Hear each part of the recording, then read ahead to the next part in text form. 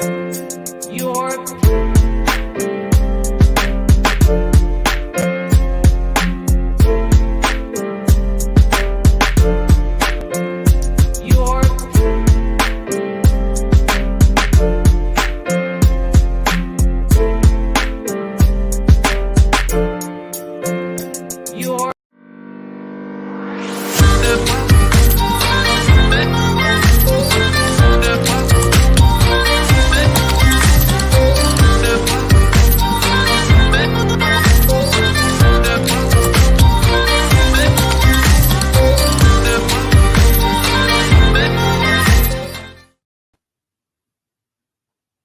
All right, everyone. Welcome to the Sports Card Therapist, where I give you a behind the scenes look at my hobby hustle and sprinkling some self care and wellness on top of that. I'm Rob Gerard, your Sports Card Therapist. And whether if you're listening on iTunes, Spotify, or watching on YouTube, welcome to the podcast. And I am excited about today's guest. I'm excited about the topic. This is episode 189 for those of you keeping count, which is probably no one. I'm the only one that keeps count.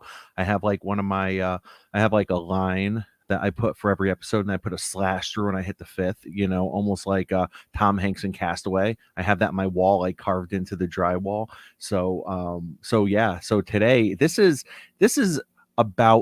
yet another episode about consolidating our collections, but I think it's a lot more than that. It's a lot more than just consolidating. It's about the mentality and the psyche behind the consolidation, and how do we really figure out what it is we're going to do, what cards we're going to move, what's a priority, all of this stuff. And I'm really, really excited to have this on today. So without any further ado, I have my guest Pete, who on Instagram is at Sports Card Pete. Pete, how you doing, my man? I'm good, Rob. How you doing? Doing well, man. Doing well. And, if you're listening on the playback, this is on YouTube Live. So we have some viewers here. We have Sports MD Card Collector in the house who just gives the hand raised emoji sign, basically saying that he is present. So that's awesome. So Pete, yeah, man. So we were talking a little bit before the show, and I know you're a New York guy through and through, right? So where were you born and raised? Where do you reside now? All that good stuff. Yeah, so I was, first of all, thanks for having me. I was basically born and raised in Queens, New York, Bayside, New York specifically. And I've been basically in New York all my life. I spent some time in Hoboken, New Jersey, which is basically the sixth borough of New York for a lot of people. And then moved recently to Long Island, where hopefully I'll be here for the rest of my life. Gotcha, man. Gotcha. So every time I hear Bayside Queens, I think about the line from Seinfeld where George was like, "They drove my father out of Bayside, sir." I don't know if you're a Seinfeld fan or not, but that just has stuck with me this entire time, man. So you're definitely a New York guy. So I watched a great documentary the other night. Okay, I watched a great documentary. I'm not sure if you're familiar with it, and it was called "The End of the Line." No. And it's a documentary. I think it's on Amazon Prime, but it's only a 1 hour documentary, and it's all about the the subways and MTA of New York City, man. And it was fascinating. So when I talk about the subways of New York City, what's the first thing that comes to mind for you? Misconception. Really? Yes. So I'm curious as to why, but so basically this documentary was all about how political this subway system has really become. But even aside from that, even aside from like the Cuomo and de Blasio beef, even aside from that, which is insane, that's like 10 documentaries in itself, that whole thing, the mayor and governor beef. But they basically talked about how really all of the other superpowers in the world, whether if it's London, whether if it's like Beijing, whether if it's all these other incredible cities have the most up to date and high tech and brand new subway systems in the world. And New York, I think they said, in the entire United States, New York City has like 40% of all subway riders in the country come from New York City on every single day, and basically how the subways are just completely falling apart. And they showed like a graph, and they showed in London. Okay, first of all, in London, when it comes to trains, when I say trains, I mean subways. You know that, right? But people listening think trains, and they probably think like like Metro North trains, right? We're Right. talking about subways. So we talk so like trains in London, as far as trains being on time, 99.9% of all trains are on time. Something I think they showed like Beijing was like 93% on time. New York City subways are like 55%. They're like at the bottom in the world of like mass transit, and they said the only reason why you can have two skyscrapers, one across the street from another, the only reason why you can have skyscrapers next to each other are because of the subway system. Because how else would you ever get people into those buildings and out of those buildings on a day-to-day basis without mass transit like the subways? Right, right. I've taken the subway most of my life, and I think I agree. Like they're old and they're slow. I think reliability wise, though, this obviously could be for another day to talk about it, but I think it's really good. I mean, it's a very complex system, right? Oh yeah. It's so complex. Like in theory, though, if you go down to a subway station, like you're probably getting a train within 10 minutes, Oh and yeah. whether it's late or not, like there's a lot to be said about that for how complex and old they are. So I think there's a little bit of misconception there. But I agree with you. Like I'm so thankful to not have to take subways anymore. Just going through now that Grand Central's connected to Long Island, which is like the biggest upgrade they've had in decades. So no subways for me at this point. Yeah, and you being a New York guy, and me being in Connecticut, I've been in and out of New York, my whole life, just, I mean, taking day trips there, and I love New York City. Love Yeah. it. The, Love New the, York. Metro North sets the bar high for commuting, though. Metro North is very nice. Oh So if yeah. you're used to Oh, Metro, oh, like the subway's like, oh my gosh, this is terrible. no, no, no. Yeah, listen, I actually I don't take Metro North into New York City anymore. I drive. I just drive. I know my way around the city so well. I know where to park. I know how to park. I know, so it's like I don't take Metro North into the city. I just go right into Manhattan, and I'm usually good. So, but yeah, man. I didn't think we'd spend the first 7 minutes. So my apologies, really talking about this, but so you've been on the show before, right? You came on a vintage roundtable, I believe. Yeah, they went two of them. Two of them. So you've been Yeah, on twice already. He has been it's my on the show third. twice already, which is awesome, man. Um, so you and I, I definitely keep an eye on your page, and I think it's because you and I we've spoken back and forth before, and whatever it is that the Instagram algorithms do, however it is that they choose it, your stuff is always coming up for me. So I'm always taking a peek at your stuff, and you had posted something, and really you had just posted like a screenshot or a picture of your of Excel spreadsheet, right? Which is very nerdy, very like kind of like like, okay, who cares, like why would I want to look at someone else's spreadsheet, right? But your spreadsheet, and I forget exactly what you said in the post, but really your spreadsheet was the ultimate goal for you.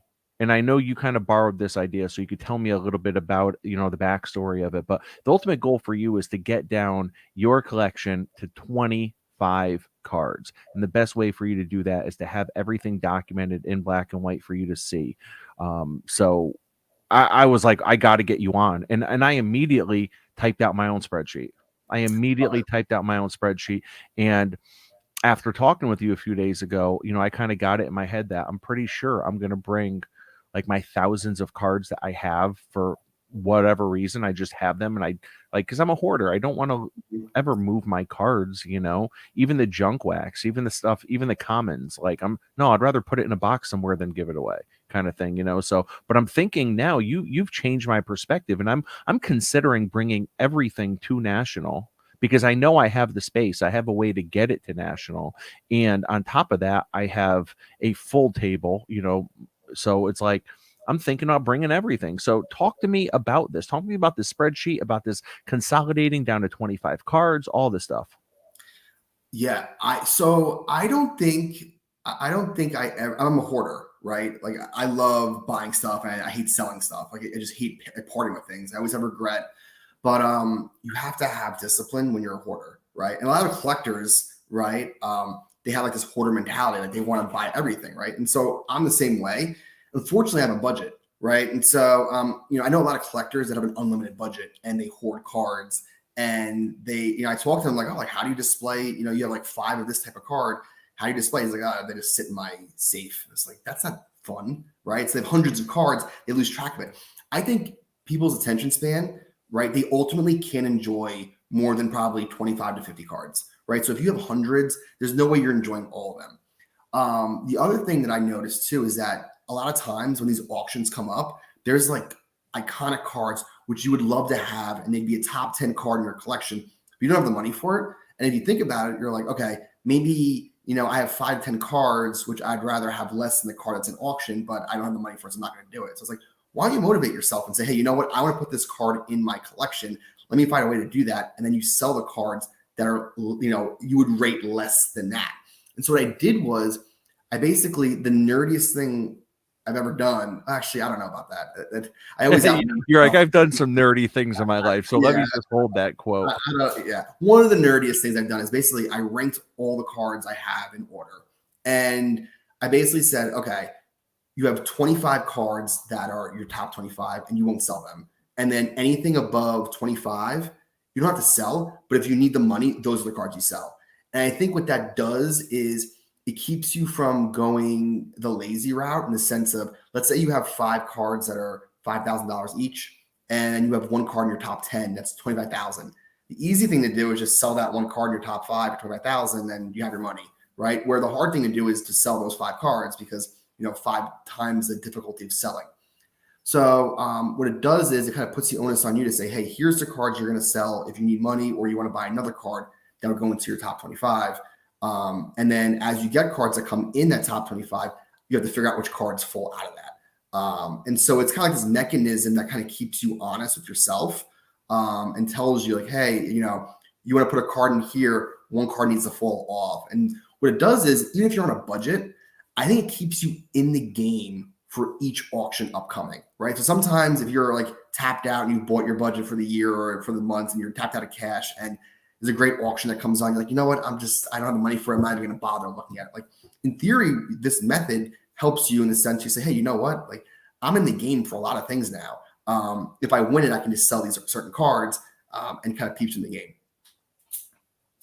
So yeah, man. And so for me, I think there's so many things I want to say I don't want to follow up on with, but I know with you are primarily a pre-war guy, right? I mean, primarily you're a guy that I'm actually going to pull up with your permission. You had said, yeah, no problem. You can show it my PC or my what? Hold on. Let me see if I can pull it up. Perfect. You had given me permission to pull up your list. So if you are listening on a podcast, you won't be able to see it. But if you are watching on YouTube, then you will be able to see it. So I'm going to pull this up right now.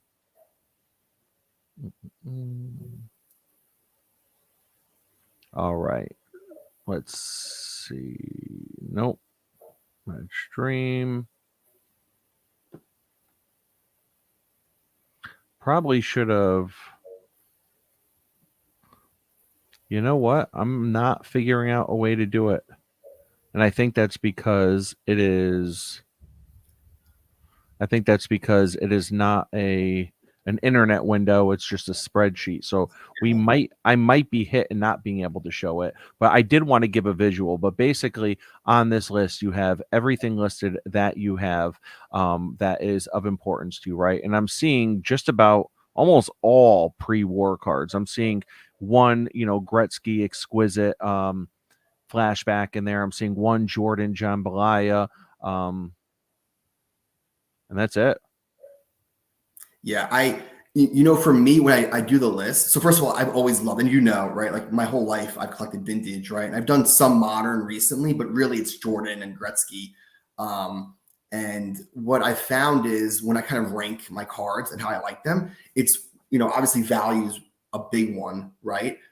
Two, it's kind of the overall aesthetics of the card, right? So like if I want a really nice looking card, like everyone has its subjectivity, but that's part of this. And the big one, and one of the reasons why I love pre-war, is because the rarity, right?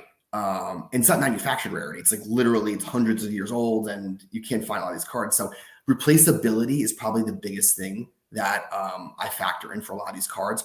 So, for example, a Gouty Ruth, probably one of my favorite cards from like a looks perspective. I've sold all my Gouty Ruths, and the reason why I do that is because if I need the money to go find like a Ty Cobb postcard that has a population of 10 or less, I can go replace my Ruth at some point. I'll never be able to replace that Cobb for a couple of years, if that. Right. And so from my point of view is I try to keep things obviously that I like and look good. But if I have a chance to get something that's really rare, I put a priority on that versus a card that I like, but I can easily replace. So yeah, absolutely, man. And I see at the bottom of your spreadsheet, right? So you have your spreadsheet, you have it kind of in a top 10, a top 20, top 25. So your top 25, even though the 5 cards are in your they're kind of highlighted in bold black and in red, it's not necessarily fully highlighted the way your top 20 is. Is that because if you're going to make a move, those are going to be the cards you're going to give up? That's exactly it. So, for example, I just recently purchased a Babe Ruth exhibits autograph. And from there, one of the cards, my top 25, which is another Ruth, dropped out of it. And so I'll sell that to kind of like, make my money back, quote unquote. But yeah, like usually for me, the top 10 cards, and probably at this point now, the top 20 are cards that I just refuse to sell. Unless like someone gave me a blowout offer. I don't really see those ever going anywhere anytime soon. And those are cards for me, like, my top 10, like Cracker Jack Ty Cobb 1914. Like that's one of my favorite cards. I'm not selling that. Like it's like the signed T206 Cobb. Like I'm not selling that. The top 20 are cards I really love. And then the top 25, those last 5 are cards that, I really want to keep in my collection. But if I find something new that, gets into the top 20, I'll push one of those out. Yeah, and I hear everything you're saying, right? Hear everything you're saying. But when I look down at the bottom, right, and I see your want list, you have a ton of super common Yeah. high pop cards. So when I look at your want list right now, I'm seeing a Jackie Robinson rookie, a Wilt Chamberlain rookie, a Gretzky rookie. So I'm seeing all these cards that it's like these cards you could get at any time. So that leads me to believe that chances are you will never end up pulling the trigger on those because, I mean, why would you? Yeah, I've owned most of those. So I've owned the Jackie Robinson. I've had like 5 Wilt Chamberlain rookies at one point. I've had the Bill Russell. But again, like when I make a big purchase and I'm on a budget, like those are cards that are usually under the gun, like a Gretzky rookie. Because for me, literally tonight, it's not a knock on those cards. I love those cards. The only thing that will hurt me from replaceability is that these cards over time will go up in value. So it'll get more and more expensive getting a Bill Russell rookie or a Wayne Gretzky rookie. But I can get one. I get one tonight if I want to. Even the mantle, like, you can find one. Maybe you won't get the best value for it, but like you can get one. For me to get like a Ty Cobb rookie postcard tonight would be impossible. Yeah. It would take me months of like really hard work. Like it had taken me probably a year and a half of aggressively pursuing one of his postcards. And, for me, like that means a lot to me. Like I like the aesthetics of it. That's not leaving my collection. And so, for me, I think those cards I want in my collection, it's a budget thing. And, if one day when I'm like richer and I have a lot more money, like I can have those cards and maybe I have a top 50 list. And then there's like a Charizard in there. But at this point, like with my budget and some of the purchases I made, those kind of common cards fall off. So let me ask you something because I think this is something that I struggle with, and I would imagine some other collectors, struggle with as well. So I have no issues like moving cards if I have to, right? I have no issues moving cards if I have to, but I think part of the recipe of what you're talking about is preemptively moving cards. and selling cards if you have to early to have money freed up. And I think sometimes people, including myself, will lack that discipline to sell a card and just sit on the money and just sit on it, because talking about some of the cards that you're looking for and some of the cards that you collect, they may take months or years to come up. So how long are you actually sitting on card money and just not spending it? It depends. It depends on what's coming in, right? So if some auctions, there's cards there, and like again with pre-war, I have a very specific list. Like I like rare Ruth cards. Unfortunately, a lot of them I just can't afford. And I like rare Cobbs, and a lot of those just don't pop up. And so I can go a couple of auctions without finding anything, and now just sit on it, right, and not really sell anything. When a card comes up in an auction that I really want, like I know I'm like, okay, this would be a top 10 card in my collection.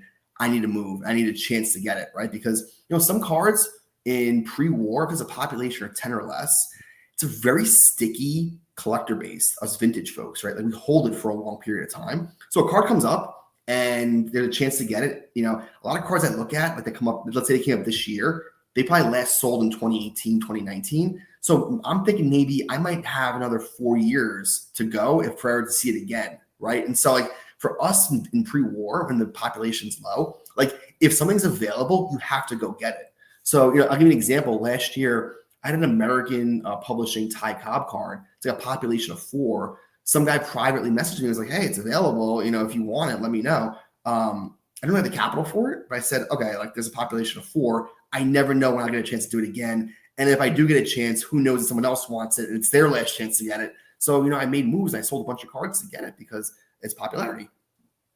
Yeah, yeah. And Tom Grant. So we have a bunch of people here. Timeless Cardboard says that I'm a fan of small collection. Also, the fun to me is the pursuit. Like if it takes 2, 3, or 4 years to get a card, that is my rush. Collecting should take a effort. And talk about delaying gratification. If you're taking 2 to 4 years to get a card, I mean, there's zero instant gratification to that. Matthew says, "My man Pete, 1956 Tops guy. How you doing, Matt?"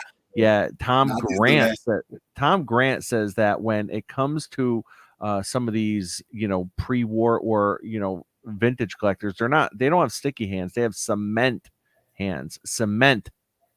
It's so true. It's a more mature audience, right? And so I think a lot of those people, they don't really flip as much, right? So you can, and I've literally you can offer something above quote unquote comps, even though comps are so hard in pre-war or vintage in general. You can offer someone a crazy price and you'll have someone say no. Because for them, it's like, well, when will I ever get a chance to own this again? And so I think a lot of people in vintage don't really care about what things are worth. They're just like, I have my card, I love it. I'm not getting rid of this until I'm done collecting cards, and it'll sit in collections for decades. You just don't have that in modern. Maybe you do at some point, but modern, it's night and day. It's a night and day collector. I'm generalizing a lot here, but I think vintage, you can have a population or something of 20 and that card won't show up for 2 years. Yeah, and I think that's a big part of when it comes to modern, like you're saying. I think that's what has made the gold cards, like if you were talking about Prism, gold cards out of 10, that's what's made them so collectible.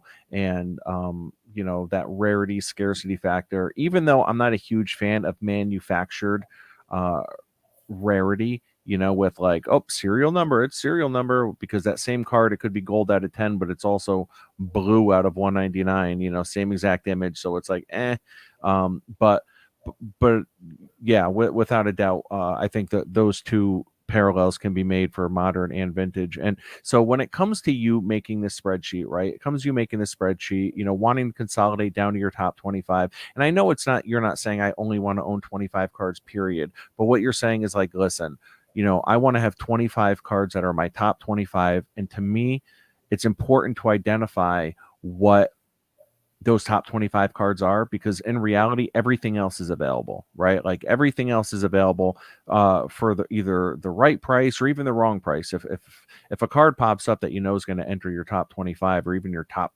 20 or top 10, then for even the wrong price, I know I've moved cards before. So I think when you're making a goal list like this, I think the starting point, right, is identify your goals, right? It's like determine why you want to, really consolidate down. Are you doing it just to do it, or whatever the case is? So when it comes to your overall goals, do you what is your overall goal with this? Is it curating the perfect collection for you? Is it always kind of shuffling things in to make sure things don't feel stale? What's your goal with documenting these things, like a top and having that top 25 list?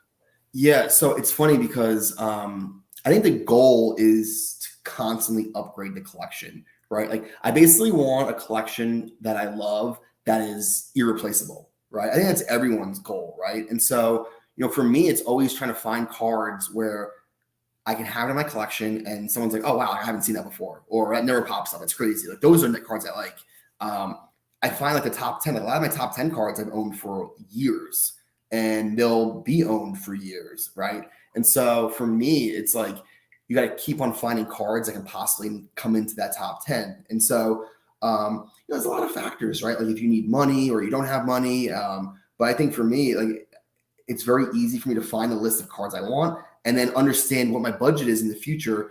If I say, okay, like how much can I actually get if I sold, everything past my top 25, right? And so examples like, I would always wanted a signed Will Chamberlain rookie card, right? Like they don't ever pop up. I was like maybe like 10 of them. If one came up, there would be a lot of cards sold for me. And I didn't even care. He goes, Matt goes, Pete's goal is hobby world domination. Yeah, something like that. But yeah, I think for me, the goal is to go find the best cards. And so I think, back to the Will Chamberlain, like I found one of those, I would sell a bunch of cards to go find that because I never know when one will pop up. And that's an iconic museum quality piece. And so that's what I'm ultimately looking for. And in theory, you can't have 100 museum pieces in your collection if you're on a budget. It's just never going to happen. You can get there over time. Maybe when I'm 60, I'll have that. But right now, I understand my limitations. And so I'm trying to find the best cards for my collection and keep it condensed.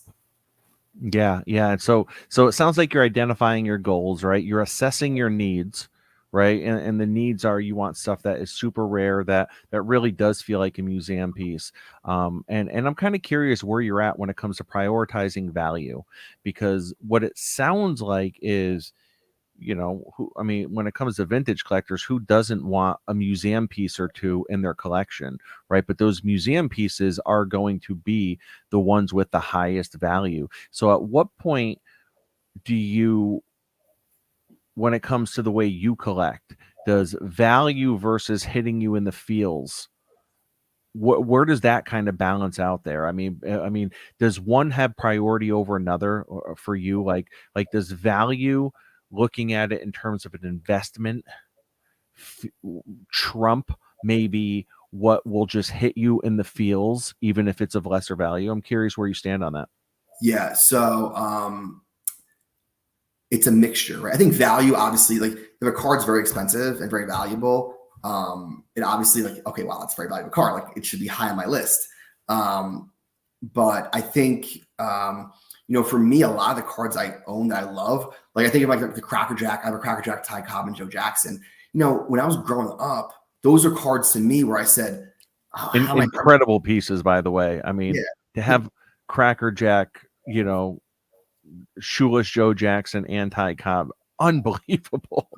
And they're valuable, but honestly, they're not the most valuable cards in my collection. But for me, it was in my early 20s, like I had a bunch of like low grade T206 cards and a couple of like lesser, Hall of Famers from like the caramel sets of pre-war.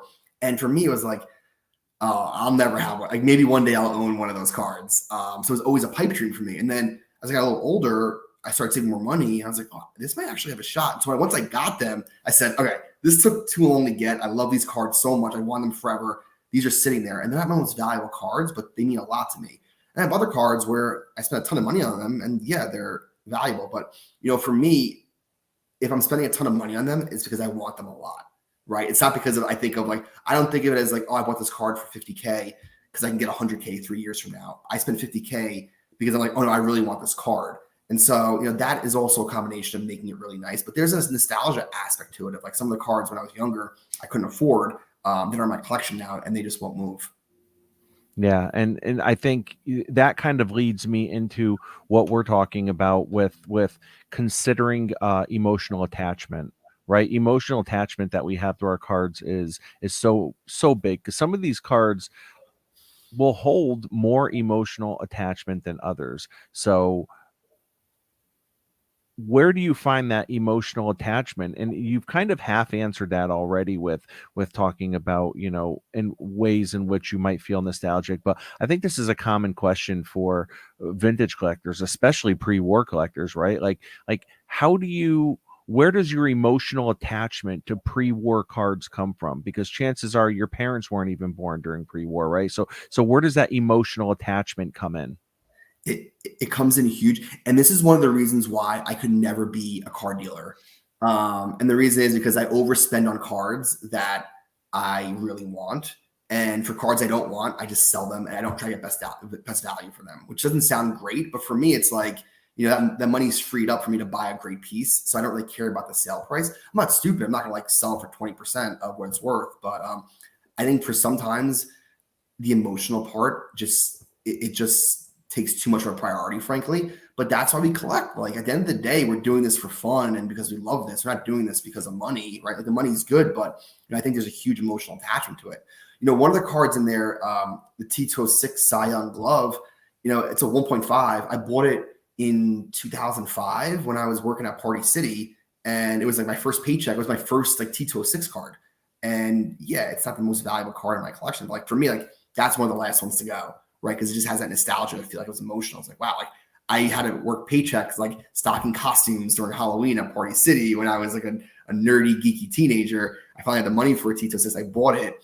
It's in my collection. Like that won't move, and it's not even that valuable. But for me, like that emotional aspect is so huge. And I don't knock investors for buying cards based on like, oh, it's like half of what it's worth. I got a great deal, and I'll flip it eventually. Like I think there's a business to that, and that's how you can grow collections. And I don't knock it, and sometimes I'll do that. But for me, like I'm buying pieces I really want, and I think the justification of it is because it's like if I want it, like I'm gonna try to get it, and chances are I want it because there's an emotional attachment to it. Wow, I love that story about your T206 Cy Young. So you were working at Party City, okay? It sounds like a party, but you were working at Party City, and with your first paycheck, you bought a T206 Cy Young. It took a couple of paychecks because at that point it was like I think I was making like $6 an hour. So it took me a few paychecks, but like I'd say my first few paychecks, I liked cards.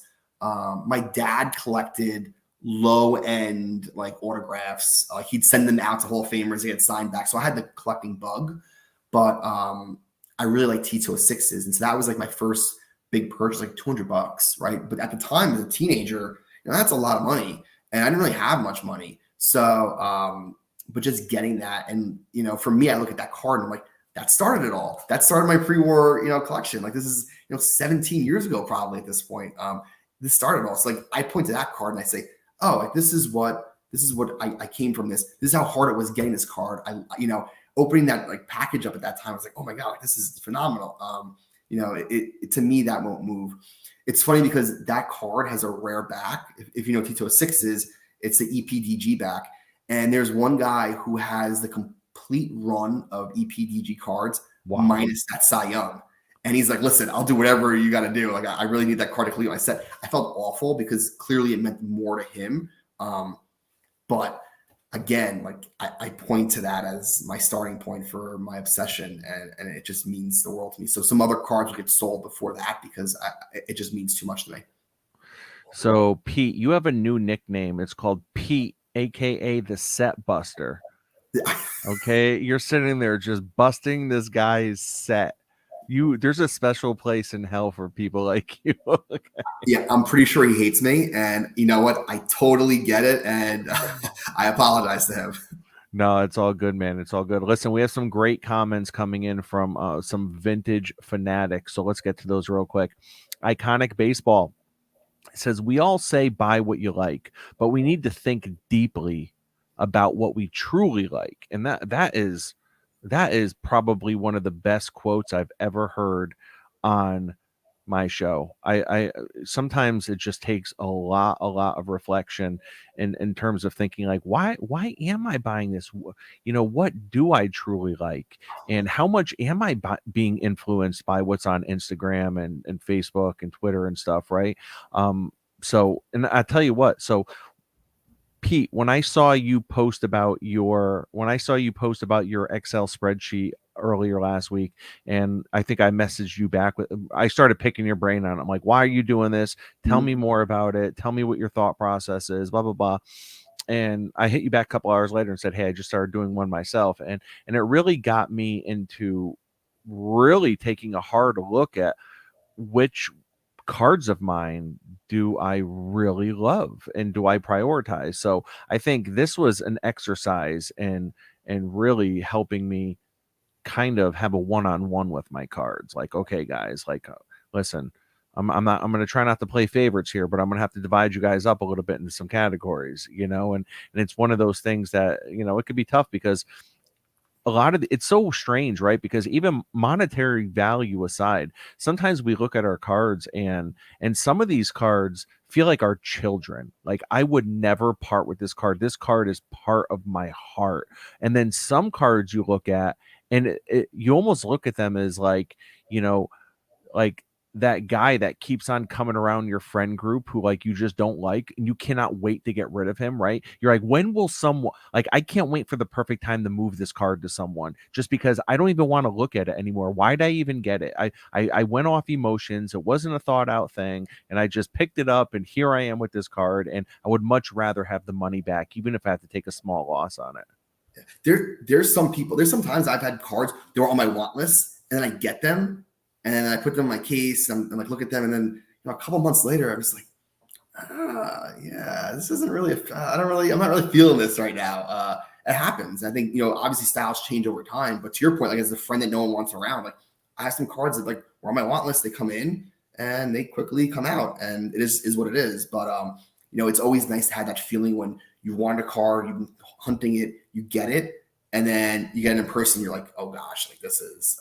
I literally, I have this. I always record cards opening packages just in case, like for fraud protection. So Very smart, by the way. I see people doing that often, and that is extremely smart.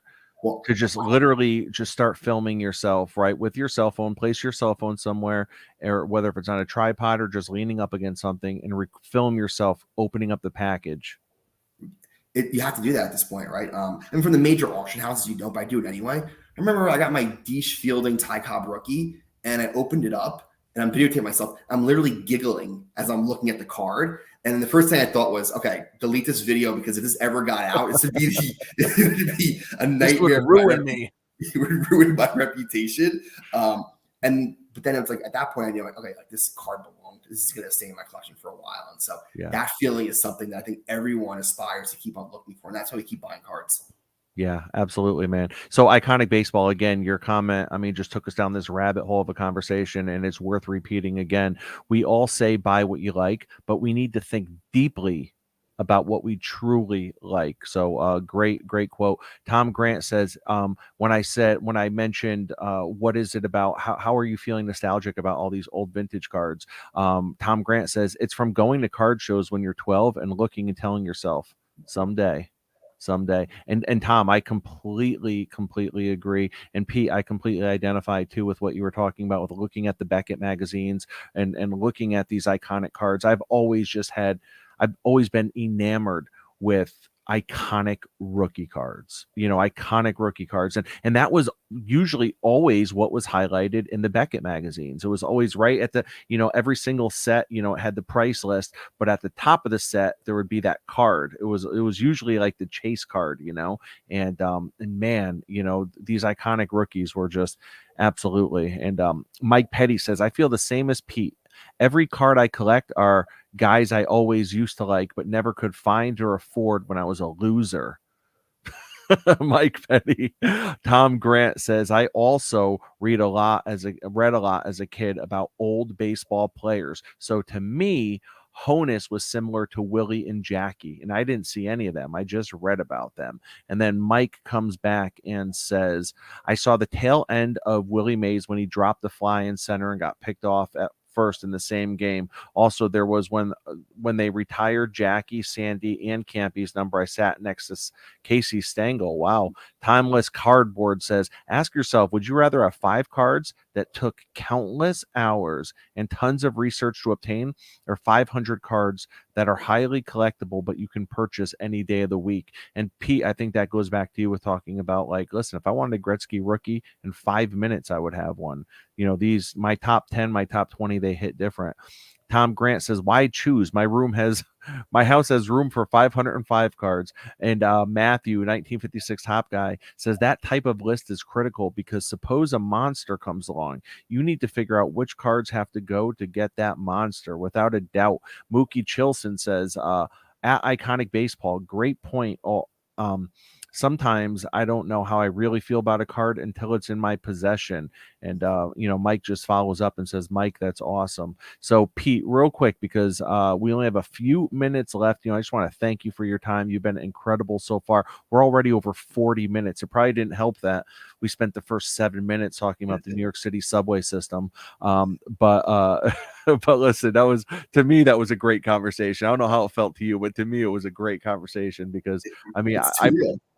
Yeah, exactly. It's real life, right? And I haven't taken the subway system nearly as much as someone like you has, but I've taken the subway so many times in my life, so that stuff's important to me.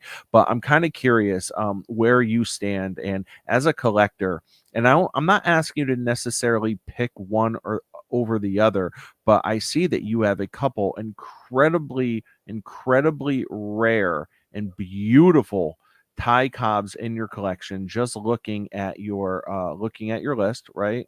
So just looking at your list, you have a couple of great Ty Cobbs, but then you also have a couple incredible Babe Ruths. And I know that they are both at the very top of your PC pyramid. So let me ask you, how would you differentiate Ty Cobb and Babe Ruth in terms of collectability for you? So, the issue with Babe Ruth for me personally is his best cards are just like his Babe Ruth rookie on my want list. I'm probably not getting that for the next couple of years, right? I would need to get rid of so much of my collection that we'd have a new podcast called like how do you monetize your top 5 collection, right? So that's a problem. A lot of the high end Ruth stuff I just can't afford, so it kind of limits like the collectability for me.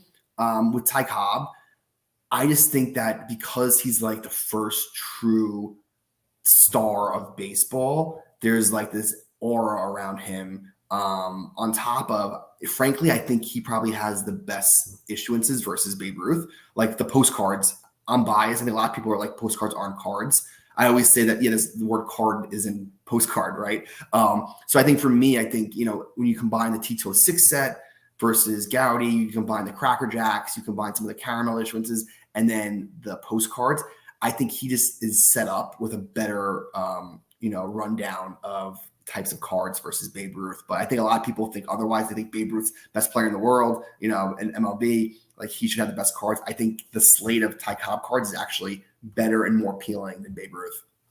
Do you think that, and I'm going to kind of throw you a softball here with this question, but do you think things would be differently for Cobb if he was a Yankee as opposed to Ruth? Yes. He didn't win a championship. And it was also a bad period. It was kind of like the dead ball era, right? So like he wasn't a home run hitter. That knocked him. He didn't win all the rings as a Yankee. I think those are knocks that are just going to always limit his collectability, as well as overall personality flaws that he had. I think will limit it a little bit, but you can't argue that he was the first megastar in baseball, and that means something from a historical perspective. Yeah, absolutely. So real quick before we wrap up, are there any, I know you have some cards on your want list, but are there any cards specifically that you are looking for? I know you're going to National. I know I'm going to see you at National for sure. Are there any cards that you are truly hunting or that you've been looking for any period of time that you have yet to come across? Yeah, the next one on my list is really it was actually I just got the 1932 US Caramel Ruth. Wow. I just got that. So that was a big one. The next one on my list is the W600 Premium Honus Wagner. And there was one in Heritage, and I was going for another card, and that one sold. But if anyone has one available, like obviously reach out to me. I'm on the hunt for that one. It's rare, but they come up, like maybe once or twice a year. The issue is that I don't know if you noticed it, but the hottest player right now in terms of collectability is Honus Wagner portraits. And so anything that has a portrait of Honus Wagner right now is through the roof. And so it's a very tough time to get that card because you got to like bid against a ton of other people. But that is next on my list. Wow. Wow. Well, Pete, thank you very much for coming on. It was a pleasure having you. This is third time, so you are a third time guest right now. So good for you, my man. So Tom Grant wants to know which version of the W600. Oh, great question. Yeah. I can't afford the Type 1, so it's probably the Type 3 or 4. I think it's like the actual portrait that's very similar to the T206. But there's one with him in like a suit that is super rare and super collectible. I think that's like very similar to how we set up with the E107 card, which is a different kind of portrait. But yeah, kind of like the later one. So a little more affordable, but still just as nice. Wow. Well, thank you. Yeah, man. Good stuff. Good stuff. So, Pete, if anyone wants to reach out to you, how can they find you? Yeah, I'm on Instagram about sports card Pete. And then, like I said, if anyone's going to the national and they want to come say hi or introduce themselves, reach out to me via DM. I'll be there Wednesday through Friday, and I'm looking forward to seeing you all, especially you, Rob, in Chicago. Yeah, definitely looking forward to that. And thank you, everyone that has been here, everyone that's listening, everyone that's watching on YouTube Live, who's been in the chat and whatnot. We appreciate you as always, guys. And stick around because I'll be going back. I'll be coming back on the air in 10 minutes on YouTube Live, doing the PWCC Vintage Weekly Auction. So, Pete, again, thank you very much for coming on. And guys, don't forget, take care of yourselves and your collection. Have a good one.